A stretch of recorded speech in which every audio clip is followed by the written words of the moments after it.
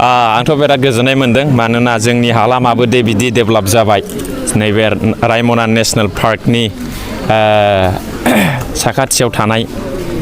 रायमना ओनसोलाव बा जोंनि गसाइगाव ओनसोलाव नैबे जोंना आदा दैमालु नार्जारिया नैबे बाटारफ्लाइ रेस्टुरेन्टखौ खुलिबाय बेयाव गोबांथार जानाय खायद'फोरजों लोगोसे थानायनि फेसिलिटिखौबो खालामलांगोन बे 3 मासनि गेजेराव खालामजोबगोन दा मथा मथि जेनेबा लान्च डिनार ब्रेकफास्ट बिदिनो जांक फुड जेरैहाय चाउमिन मम' पाराटा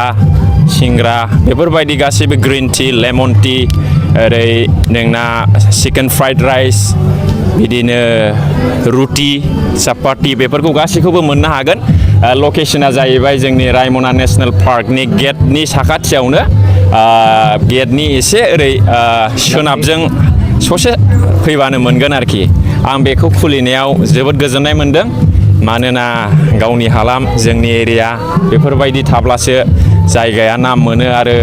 माने जोंनि लाइमोनफ्राबो थुलुंगाखांनाय मोनसे इनकारेजिं मेसेज जायो आरोखि बिनि थाखाय आं बिराद गोजोननाय मोनदों आरो खावलायहरदों दाब दाब जायगानिफ्राय जे रायमना नेशनेल पार्कखौ नायनो फैयो ओरै चौधुरीघाट संकसखौ नायनो फैयो जेन' बयबो